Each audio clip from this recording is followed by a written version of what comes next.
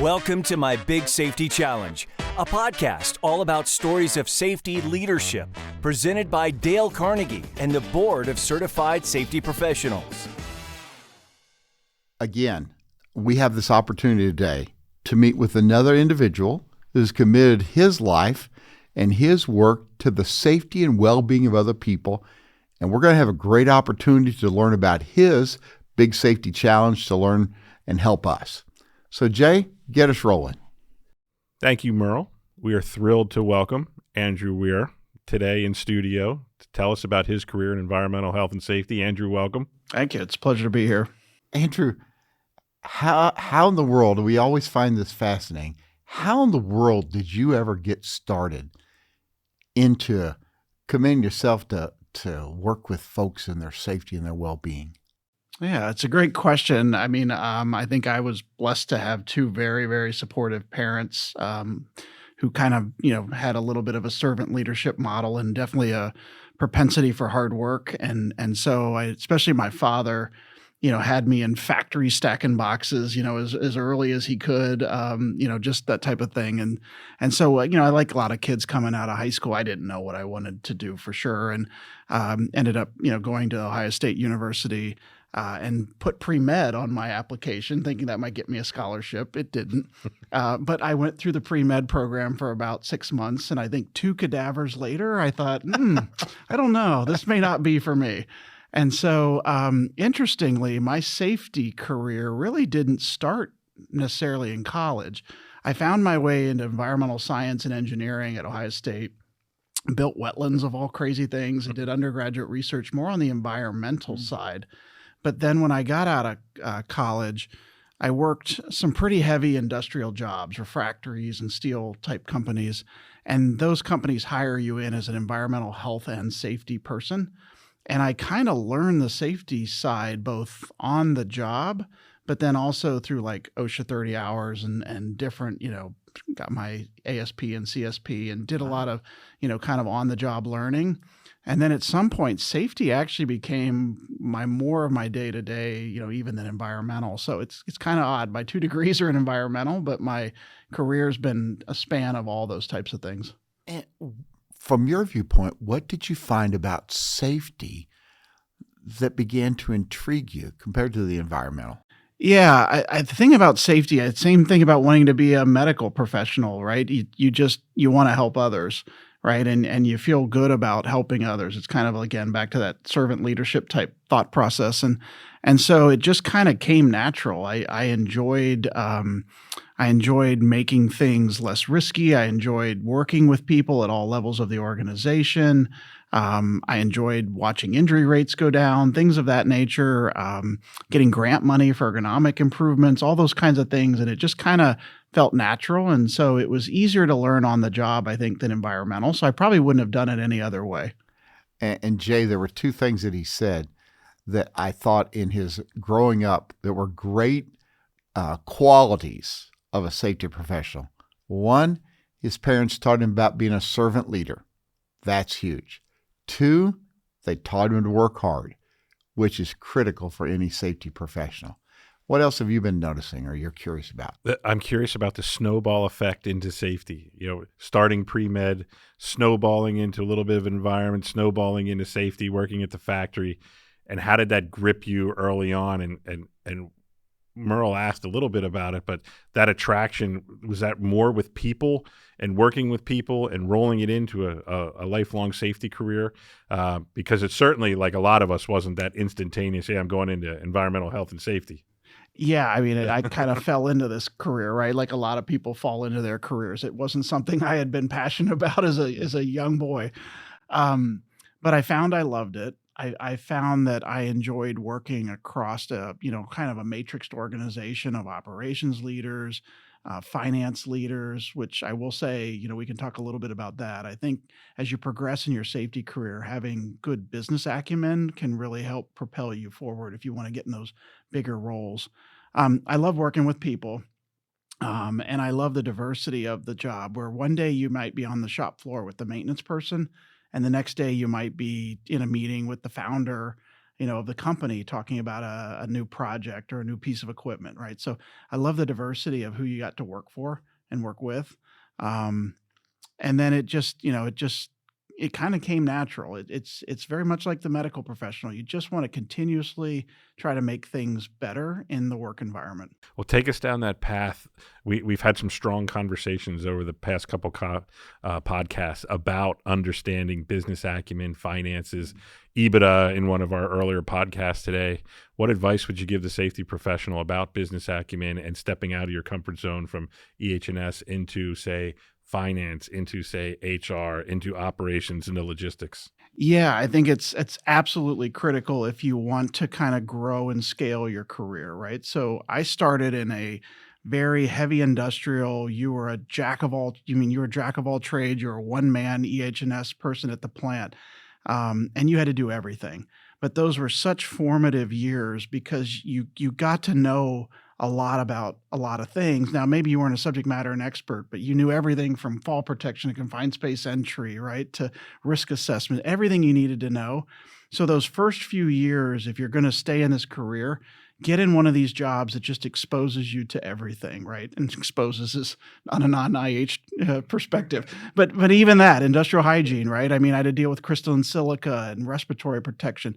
And I mean, so many important topics that you got just thrown into and you had to learn.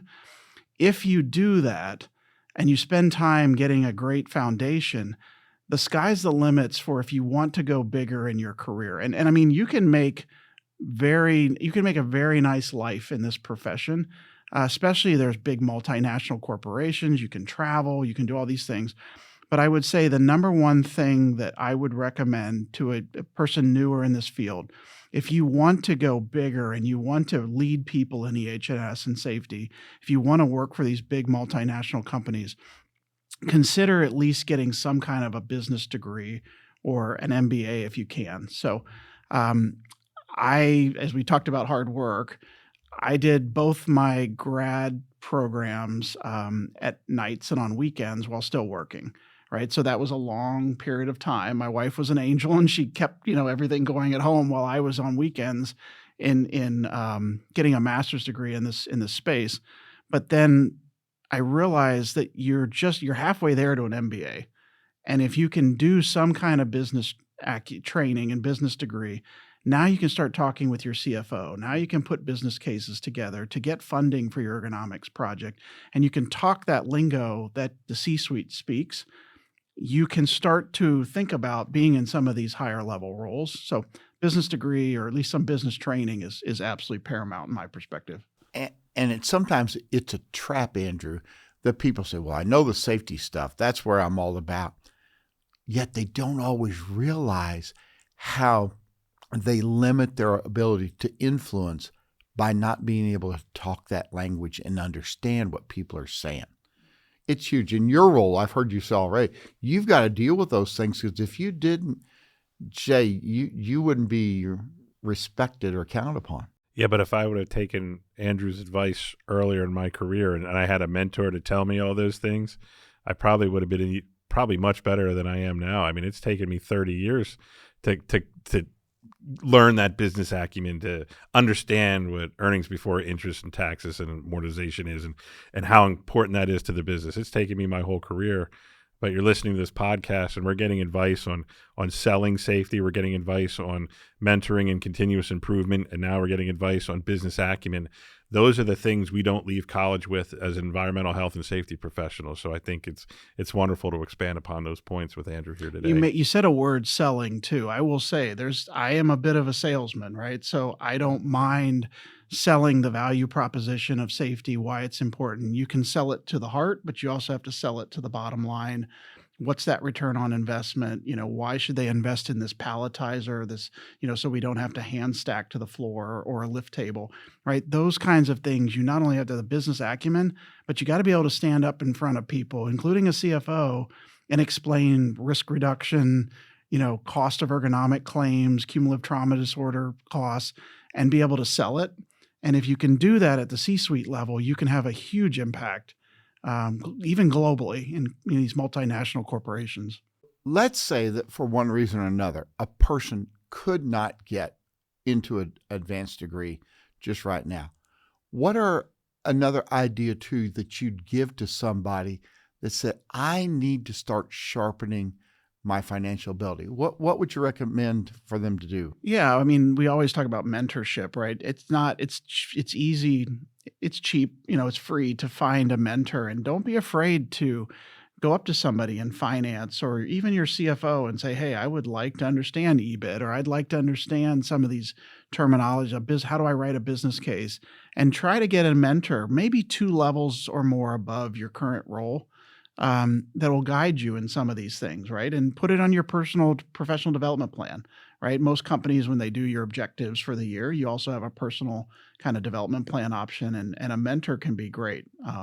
And certainly even outside the EHS space, I would actually recommend, if you've got the technical skills in EHS, look for a mentor somewhere else, to grow that other side of you. That's been a key theme we've been talking about in season 4 of this podcast, is the importance of mentoring, and probably every guest we've had has mentioned it unsolicited. Yes. And that's a key point for people. Yeah. How would you recommend we find our mentor? Or how would you recommend to the people listening to find, what would be your approach to finding a mentor? Yeah, I mean, and sometimes it may not even be called a mentor, right? I've always had somebody that I think I felt like was helping me, watching over me, I knew I could trust. So if you have that person that just kind of happens organically, I would maybe start talking to them, and that may be the person, or they may recommend somebody else. Obviously, you're working, your supervisor, your boss, whatever, you probably want to talk about mentorship through them and that type of things. But I've always found that you kind of know who's in your circle of trust and who has your best interests in mind. And maybe start there. Again, I always think 2 levels above has a little bit different perspective than yours. And so start talking to somebody. If you're a manager, talk to somebody who's a senior director or a VP and see what their perspective is on that. And again, then you can always go to human resources and your employee resource groups and things like that. Now, I'm going to shift gears a little bit here. We're going to talk in a little while about a safety challenge that you've had to face, because many of our folks are living with challenges. We'd like to hear, though, about a success that you've seen, something that when you look back over your career of working, and by the way, we probably should have you describe a bit of where you work at now, where you worked at, involved with that. But as you're doing that, think of something, it's a shining moment you look back and say, that worked. That was a great success. Yeah. My career has been what I would call more of a builder than a polisher.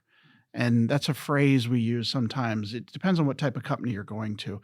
If you're going to a company that has a well-established EHS system, right? Maybe they're already ISO 14 and 45,000. Maybe they've got their management system down. You're going to have probably a different experience where you're coming in and you're filling a specific type of role, right? It might be a little bit more narrow focused.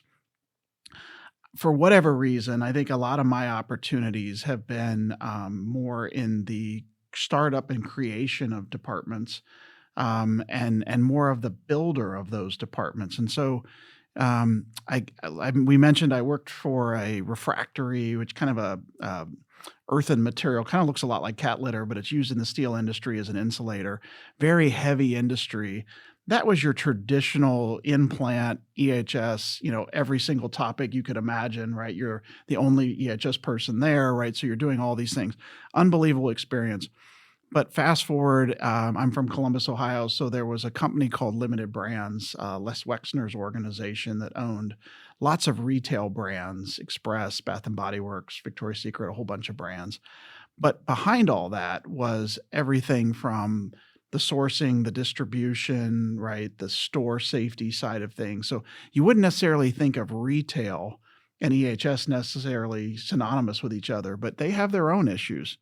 Yes. And then the distribution centers and the products that have to be made either in the U.S. or out of the U.S., all of that has a lot of EHS implications. And it was interesting at the time. I joined Limited Brands in '99 to build out their first ever EH&S department and program. Wow, so you were a trailblazer. Well, but at that point in my career, there was a person above me, a great mentor and coach named Greg Cunningham. And he was certainly my elder, but he hired me in as a manager of EHS to help build this out. So it wasn't like I was doing it on my own. And I spent 6 years with Greg and his team just creating this thing from scratch, from everything from written programs to what metrics we're going to track to training program, everything that has to be built, right? We built it from scratch at Limited Brands. And over those 6 years, you went from kind of an individual contributor at a single site role to a builder in a multi-business unit type role, right? They had a lot of different brands, different business units, and a lot of different work environments. I had never been in malls and stores from a safety perspective, but that was a eye-opening experience when you have to change over floor sets, typically with a female population in a lot of cases late at night. There's security implications, there's physical, hazards and things of that nature. So I learned a lot, certainly learned a lot about distribution. And that allowed me then to really propel my career where Cardinal Health, which is a huge $160 billion global medical device, medical distribution, and pharmaceutical distribution company, kind of said, hey, we need you to do the exact same thing, but we want you to do it on a global scale. Like, we're a collection of companies. We've never consolidated EHS under one operating system. We want you to come in and just organize it, build it out on a much grander scale. Would you be interested? And a piece of advice: don't ever say no. Unless you really have to. But if you can say yes, try to say yes. That is a great piece of advice, because what happens when we say no too often? Don't let fear get in your way. Some of the stuff that you fear, most of it doesn't come true. Like, most of the time, it's a lot better than you think it could be. And I know we talk a little bit about you get nervous and can I do these kind of things? Generally, you can, right? You'll figure it out. Smart people, good people figure it out. So I would say try to lead with yes or no, but I need these things to make this happen. And if you can work through that, take that leap of faith, and your career can just expand exponentially if you say yes more than you say no. And Dale Carnegie, in his book, was talking about fear, and he said ships, the big ships, push away from the shore. And he said, just in the same way, if you want to go somewhere, if you want to accomplish something, you can't stay nearby. You got to be willing to go out into the deep water and face the fear. It's in your head, and go on past what's in your head. So solid advice. Yeah. I was a small town kid from Westerville, Ohio, right? I'd never been to Thailand or Malaysia or Juarez, Mexico, or any of these places, but I learned to love it, and meeting new people, new cultures, right? Just learning about other cultures and people and how they just do life, right? It was amazing while you're still doing safety work. I couldn't be more thankful for kind of how that career had panned out. And so, I would say the pinnacle or the large part of 15 years with Cardinal Health was trying to take all these disparate businesses and pull them together under some kind of single EHS operating system, which we ended up going down the ISO route. So we did the ISO 14001 and 45000 path. And in the end, you said, a proud moment. We were able to get group certification with about 2 to 3 years of effort across 20 plus plants for ISO certified in both environmental and health and safety. So that was a model that we pursued, and it was something we accomplished. And I think that was really a proud moment to see that happen. And Andrew, I think that many of our folks do work in organizations where they have global reach. What would you encourage folks about working with people from different cultures about handling safety and approaching it? Yeah, it's a great question. And I had to learn that, right? I didn't come natural. I would say the first thing, if you are going to get into a global role, do some research on the culture, right? Especially there's different religious practices. There's different times when people need to pray. There's a lot of different cultural practices, and you need to be somewhat functional in knowing what that is so that you don't come in blind to those types of situations. So I know whenever I would fly to Asia or whatever, I would be reading on the plane, like keeping up with that, and was by no means an expert, but at least I had a working knowledge of how this would take place.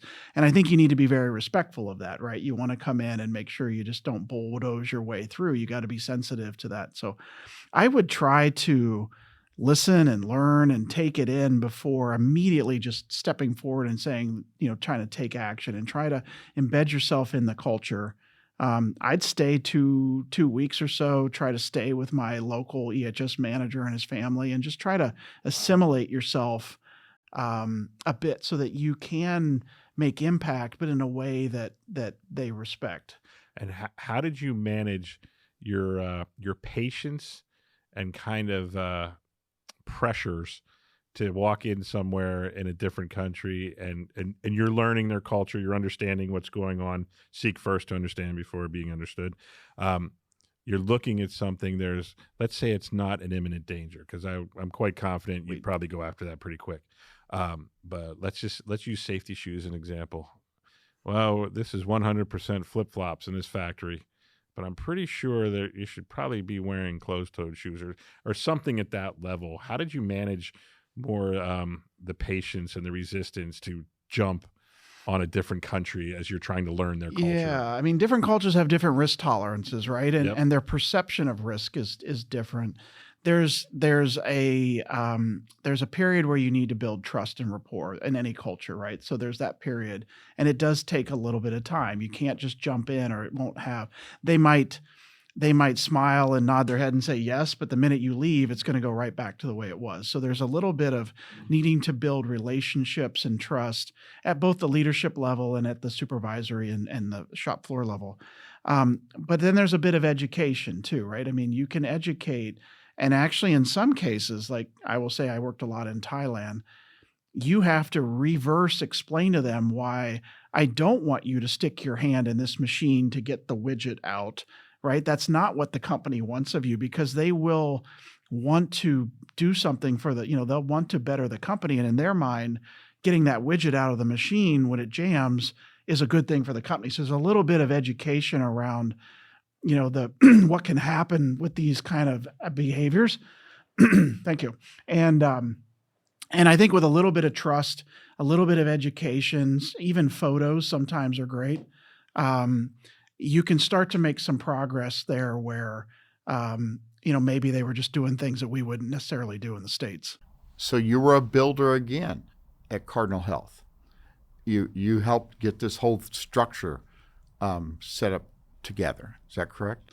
Yeah, I mean, we obviously had a great team, right? And I think that's another point. I mean, you've got to hire great people, right? But yeah, we had a great team at Cardinal Health, and it was fun watching over 15 years, kind of from where it came, which wasn't necessarily in a bad spot. It just wasn't in an organized kind of one central management system concept, a bunch of basically different companies doing their own things, to kind of bringing it all together in some form of standardization that you felt comfortable that all the right things were happening through a little bit more structured kind of top-down management system approach.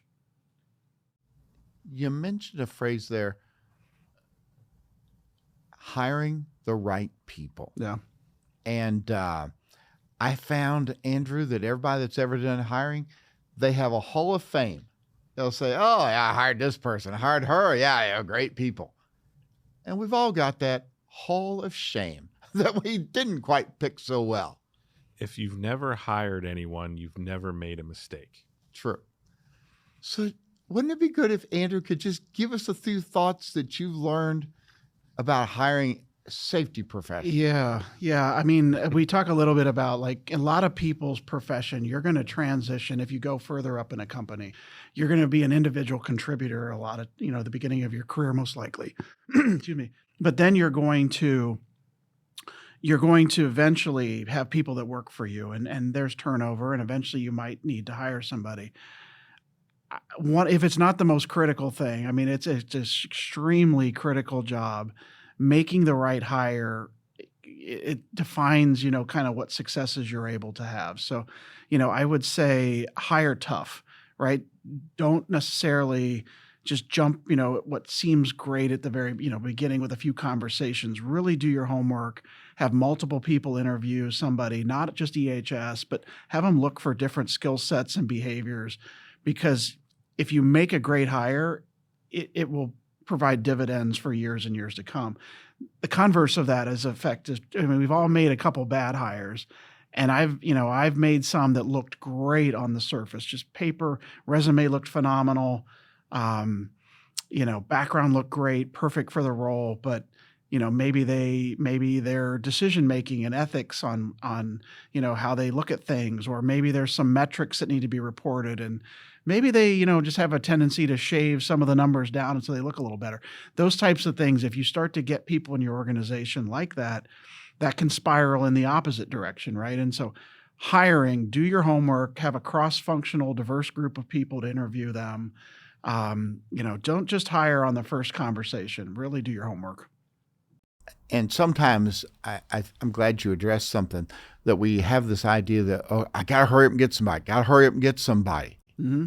It's not an idea, Merle. It is real factual pressure. Well, it is from above. Yeah. Sometimes you need it, but sometimes the people above pressure. you are saying, hi. But we have to remember, it's the idea. You either pay it now or you pay it later. Mm-hmm. You may take time now, and it may take longer, and hopefully you get the right person, or you can do it quick, but you'll pay it later. Yeah, no doubt. You just decide when you want to pay it, and that's a big deal. Are there any particular character qualities for a safety professional, Andrew, that you think are critical? I mean, all character things are important, but just really stand out to you. Yeah, I mean, first and foremost, right, you get hired for your technical skills in many cases, but you get promoted for your human skills, right? The skills that get you, to be successful in a cross matrix kind of highly, influential organization, right? So, again, I think empathy is always a great characteristic, that someone is humble and empathetic, but yet driven, right? I mean, you can be confident and you can be strategic and you can be thoughtful and you can exude confidence, but it doesn't mean you're arrogant, right? So we got into this field because we wanted to help people, right? And so I think the characteristics you look for in safety are, can they interact with all levels of the organization? Can they engage that person across from them, have them talk more than they talk, right? Can they, let that person build trust and rapport with them? Because once you then build that, the sky's the limits on what you can accomplish together. If you can't interact and build trust and rapport with other human beings, no matter what field you're in, right, you're going to struggle. So the technical side is required, but it's the human side and the people skills, right, that really make or break your career. Well, we used to say, probably a little cruder than you did, we would say we hired for skills and we fired for attitude and that kind of thing. But I'm so glad you mentioned that idea about people skills, because, of course, in the Dale Carnegie organization, and that's why we partnered with BCSP, is just to say marvelous people that know their skills really well. But it is so much that ability to win the trust of people, earn their confidence, and then to be able to guide through those difficult things, because you're dealing in safety and safety decisions with the heart and the soul and the decision-making process of individuals. And you got to be able to reach into that. And my EHS career now is very different than when I first started, right? I was a technical expert, right? I was educated in environment. I learned occupational health, industrial hygiene, and safety. That just felt natural because it's helping people. But as you got further in your career, it wasn't anymore about you. It was about others, right? And it was more about vision, and you'd seen the technical side and all the aspects of that from a safety perspective. But you have to transition into, okay, now I know, like, visionary what I want to do. Like, I've seen what good looks like. I've seen it out there, right? I've benchmarked with other companies. And you transition from this individual contributor to somebody who's a leader that just has a vision of what you want to do, but you're not going to be able to do it by yourself, right? And so one of the things I had to learn is that kind of a syndrome of, oh, I'll just do it myself, right? Because I had always relied on, I'll just get it done. Like, I just work hard, I'll just outwork somebody, I'll get it done. But when you're trying to do something in scale, especially across multiple states or multiple plants or even multiple countries. You can't do it yourself. There's not enough hours in the day. And that's not a life to try to be 24/7, right? So you've got to transition from what got you to that point isn't going to get you to where you need to be next if you're going to transition into one of these EHS leadership roles. And so you've got to learn to work through others. And the way you do that, right, is hire great people, make them really excited about their job, make them know you care and truly care, right? They'll see through it if it's superficial. Learn their kids' names, learn their significant others' names, their pets' names, and care about them as human beings, your own people, because we're out there trying to care about other people we don't even know as much, right? And so if your people know you care about them, right? If that's who they'd want in the war, if they'd want you in their foxhole, right? And they would go to war with you, then you've got a good team, right? And I always just try to build that wherever I am, because what you can accomplish with a team that trusts each other is amazing, right? And then you just got to let them be successful, right? So you set them up with high level objectives and goals and all these things, but then let them run, right? And then you're just there to coach and guide and counsel, right? Versus do it for them. And I had to work through that because I'm a little bit of a just let me do it myself kind of mindset. And I struggled with that when I started leading people, of not doing it for them, right? And I still fall back on that default behavior at times, and I have to catch myself. Well, there's another principle that Carnegie said: give the other person a fine reputation to live up to. And that sounds like what you were doing. You were hiring the right people, equipping them, and then gave them a vision you had for what they could do, or let them have that vision and let that reputation help them, drive them to help others and be successful. Yeah, I think of it in very much like a Hoshin way. You as the senior leader can help set the strategy with others' input, but you've got to have that strategy. And then you build that down very granularly, right, to what their individual contributions are to that broader strategy. And if they understand the big picture of where you're going and their part in it, they get really excited on the vision of where we're headed because they know they're contributing to that, right? And it's a little bit of a pyramid type concept or Hoshin mindset that kind of flows from top down, from a vision all the way down to the very granular tactical actions and activities that they're doing. But they're excited because they know why they're doing that and they know why it makes a difference. And then you're just there to support them and guide them and coach and counsel and just let them run. Yeah. Let good people run. Yeah. Right. Yeah. Jay, what are you thinking? Let good people run. That's what I'm thinking. I'm writing that down. Run, Forrest, run. Yeah. Yeah. But now you transitioned after Cardinal Health. I did. It was another building opportunity. It was another building. He's a builder. It was another build, and I had no intention of leaving. I love Cardinal Health, right? We had a great thing going, and I could have easily worked there the rest of my career. Sometimes opportunities pop up. Don't take a lot of recruiter calls, but occasionally one pops up. You're like, well, this one I should at least listen to. And Rivian was another opportunity. It's a new electric vehicle startup company. Right? They're making the Amazon vans, and they have the R1 pickup truck and the R1S SUV electric vehicles. And they were starting. They kind of had some semblance of an EHS organization, but didn't have anybody over top of kind of pulling it all together. And so that was a really amazing 2.5 years experience of true startup. Like this, automotive companies in the U.S. don't typically start up, other than the big three, and a lot of them that have tried have not been very successful. So there's a little bit of a risk reward here, but it was an opportunity to get into automotive, which was an area I had never been in. I had been in a lot of different businesses, but never automotive, and so that was. If you ever worked for a startup, it's close to 24/7. It's a crazy environment, but a lot of fun, a lot of great people, amazing product, and really enjoyed my time there. Would you say that was significantly out of your comfort zone when you left Cardinal Health?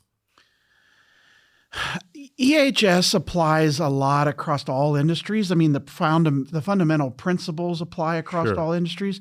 But there's always nuances to each type of industry. Like, I'm sure logging is a lot different than automotive, is a lot different than food manufacturing, which is where I am now. So there are differences. There's differences in making heart stents, right, to making salad dressing. But the principles are the same. The people skill aspects are the same. You just have to learn that industry a little bit, and then there is a learning curve there, for sure. Yep. The daringness and the self-confidence within to say, I can take on something new. Sounds like it kind of goes back to your statement, don't be afraid to say yes and try to avoid no when you can, because the confidence lets you move forward into areas you don't feel real comfortable with. Oh, I mean, you're not going to grow unless you say yes, most of the time, or at least part of the time. And it's okay. Like if we go back to fear, right? You can say yes. And my time with Rivian was a little bit shorter than I had expected, but there were various reasons, right? And my family's in Columbus, and where Rivian needed me was not in Ohio, right? And so you go through a lot of travel, a lot of time away, and there was reasons to come back home, basically. But saying yes, I mean, you grow tremendously. You get new experiences, right? And I wouldn't give that up for anything. You meet amazing people. You build relationships that you wouldn't have otherwise built. And it kind of also goes back to fear. You can worry about saying yes and what's all the bad things that could happen if I say yes, but think of all the good things that can happen if you say yes. And typically, more good things happen than bad. And the bad things we can work through because you're still very talented. You're good at what you do. And it's not like you're not going to find work somewhere if it doesn't pan out.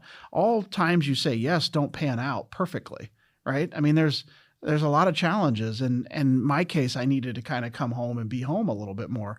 So, did it work out perfectly? No, but thank God you said yes, because you got that experience. Mm-hmm. Yeah. And you can work through any of the headwinds that get thrown your way. You can work through those. Now, Carnegie also wrote another book called How to Stop Worrying and Start Living. The whole idea of dealing with stress and worry. And one of the principles he taught in there was to ask yourself, what's the worst that can happen? In your case, you could have been overwhelmed by all these, well, what if I go to this startup? What if I do that? But what's the worst that could happen? Okay, you'd have to look somewhere else someday or whatever like that. Yeah, I mean, Don't and let that hold you back. that's very manageable, right? So lead with yes, say yes when you can, right? I have an amazing spouse, and she rarely tells me that I have to say no on anything, right? She's like, hey, it's up to you. Whatever you decide, we'll make we'll make it work. So that's helpful to have a spouse that's very supportive and a significant other that lets you say yes and is flexible enough to adjust her own ways of doing things so that I can say yes at times to certain things in my career. But to your point, the stuff you worry about most time doesn't even come true, and if it does, you work through it and you'll be fine. So quite honestly, Jay, there could be people that are listening to this podcast because we're talking to a bunch of human beings out there who tend to have these fears that can be big and big and big and grow bigger and bigger. Kind of like the dreams at nighttime of when you're a kid of what's that ghost that's hiding under the bed, right? But to realize, face it head on, and don't be afraid to take a step forward, and it's worth the while. Let's get to your last place then that you're working at. This is a fascinating progression here. Well, I mean, I love new things. I work for the Marzetti Company, which is an amazing food company. They manufacture food products. There's a little bit of a story with Marzetti's. I actually worked at their factory in Columbus, Ohio at night while I was at college at Ohio State to help pay for school. Again, my father and my mother could have paid for all my school, but again, at their principles, I needed to work for it. So I would do school, I would do research, on wetlands of all things, and that paid for half my school. And then the second part of my school was paid for by working at the Marzetti food production facility right up the street from Ohio State's campus. And I would work in the quality assurance lab at night and test products and do analytical stuff, but it paid the bills. Right. So I had a little bit of experience with Marzetti, just knowing of that company, but never intended that I would, go back there after like a college job. They're headquartered in Columbus, Ohio. And again, I think we talked a little bit before the podcast. Both my parents and my wife's parents are in Columbus. So we've made a conscious decision to look after them as they looked after us as we were growing up and that type of thing.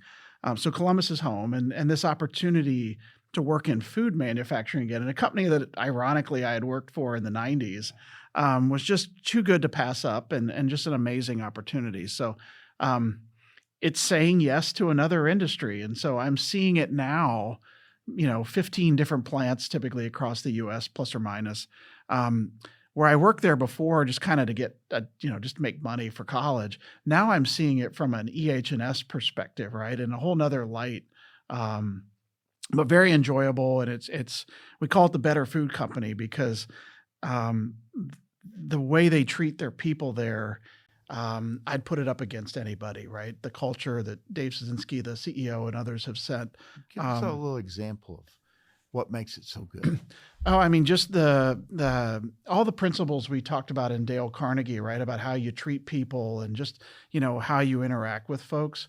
No company's perfect, right? A company's made up of a lot of different individuals, but if you look at just the culture that's been set and how you treat people and how we thank people and show appreciation and there's a lot of great principles there under the umbrella called the Better Food Company that just make make people want to stay, right? I mean, there's a lot of lifetime people there because you just enjoy what you're doing. And could we say just a moment, how much does company culture affect the world of safety? Oh, I mean, I think it's paramount. I mean, at the end of the day, you can talk about safety or you can actually, walk the walk when it comes to safety. Because everybody, says they care about safety, right? It's like arguing against mom and apple pie. But do you really see it when production pressures mount or we've got a new order from a customer? What do you stand for, right? Are we going to let somebody do something we otherwise wouldn't have because we're under pressure to start up a new production facility or something, right? And so that's when you fall back to the core principles and core values of a company. And again, it's made up of individuals and no company's perfect, and at times we all err. But I'd say if you're grounded in just your core belief that there's nothing more important than food safety and people safety, it's pretty easy to kind of make your decisions with those tenets in mind, right? And I think Marzetti's has done an amazing job with that, and we're building on that. We got a long ways to go, but it's really enjoyable work, and it feels very rewarding at this stage of my life to just feel great again about what you're doing. So. Andrew, I have to ask this question. It's a twofold question. What was the gap between when you worked there in college and when you've gone back in years? And did they remember you? The gap was I worked there from 92 to 95. I'm showing my age here. I'm a little over 50 years old. And yes, they did. They did because they were. I assume in a positive way. It looks like to be a positive. Well, they hired me again, so they must have been somewhat positive. Would you rehire this person? Right? I would say a lot of people have turned over, obviously, since then. Sure, but there's a core group there. And we talk about making lifelong friends. I had lifelong friends that still worked at Marzetti's, even from when I worked there in the 90s. That's so great. There was a few connections, right, that were still there. But yeah, I mean, the folks that have been there for a long time, we knew each other, and it was fun to, reconnect again. Andrew, think about, you've had an opportunity to touch and influence a lot of people's lives, people that worked for you and under you and with you, employees, and the reach of those safety professionals you guided in all these different ways.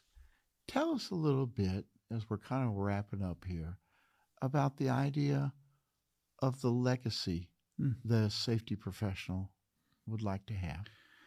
Yeah, I mean, again, I don't mind saying it, right? I mean, I'm in the latter part of my career. I've probably got 10 plus years, right, to keep doing this. We talked a little bit about it before, but it's really about others, right? Not necessarily about your career. So, you can in this profession get to a point where financially I mean, you're not mega wealthy, but you're secure, right? And it actually takes some worry out of the mix too, right? Because when you know you're going to be okay financially too, right? You can say yes to these things. Mm-hmm. So at this point in my life, you know, I don't have the pressure of, you know, can you pay the bills, right? I mean, we've gotten to a point where you're financially secure.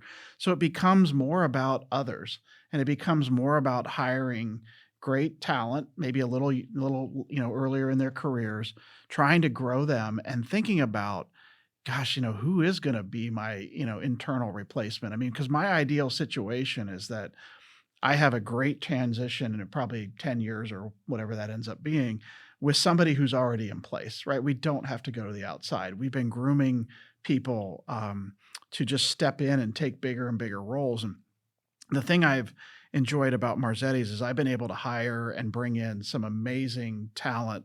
Actually, a lot of my teammates are female, and so these amazing women leaders, these strong female leaders with aspirations of their own, maybe just a little bit younger in their careers. And so to be able to put development plans together over the years for them to go from manager, senior manager, director, right, and up through the ranks, I'm really looking forward to that over the next 10 years. And then I'll just step back, and I can't wait to see where it goes after that, right? Because I'm sure the next level of folks will take it to a place I never even envisioned. And that is a life well lived. It is 100% a great occupation to be in that's fulfilling and fun. And turn it over to you, Andrew. Yeah, final thought. I couldn't agree more. I mean, like we said before, I didn't pick this, it found me, right? But no matter where life finds you, right, I think you can make a really amazing life by some of the core principles, right, of being good human being, doing good to others, right? You know, some of these servant leadership type principles, no matter what field you're in. And if you apply those and people know you're coming from a great place of trust and just, you know, they know what you're all about, you can accomplish great things, even in a highly matrixed organization with a lot of different priorities and type of thing. I couldn't be more thankful that I found this profession. It's given me a great life, and I love doing what we do. So I'm excited to go to work, you know, every day. Even I don't get the Sunday scaries or anything. Yeah. I love what we do. It's difficult. It's not hard. It's not easy, right? I mean, deadlines, emails, metrics, they all pile up. But at the end of the day, you know, there's a sense of pride in helping others and stepping back and looking at that. And I would encourage anybody, you can make a very good life in this field. And so, you know, say yes to safety profession. It can be unbelievably rewarding. Thank you so much for giving your time and your thought and your effort to being here with us and speaking to our podcast listeners along the way. Thank you so much, Andrew. I appreciate it. One theme I heard repeatedly, Jay: say yes. Be open to opportunities. Be open to ideas. Say yes. Great advice for our folks. Builder versus polisher, trust, mentor, hard work, servant leadership, hiring great people. Say yes. That's it. Great things from Andrew's life and his work. Thanks for listening to My Big Safety Challenge, a podcast produced in partnership by Dale Carnegie and BCSP, with your hosts, Dale Carnegie Master Trainer Merle Heckman and Jay Harf, Vice President of Global Environment, Health, Safety, and Sustainability at Xylem. Executive produced by Charlie Eltringham. The supervising producer is Joel Burgai. Directed by Jiachi Liu. Edited by Jared Griot and Kyla Anderson. Editorial support from Brandon Mohawk. Social media support from Braylon Morgan and Evelyn Baku. Consulting producers are Colin Brown and Mark Sullivan. To have new episodes delivered directly to you, please subscribe on Apple Podcasts, Spotify, or wherever fine podcasts are downloaded.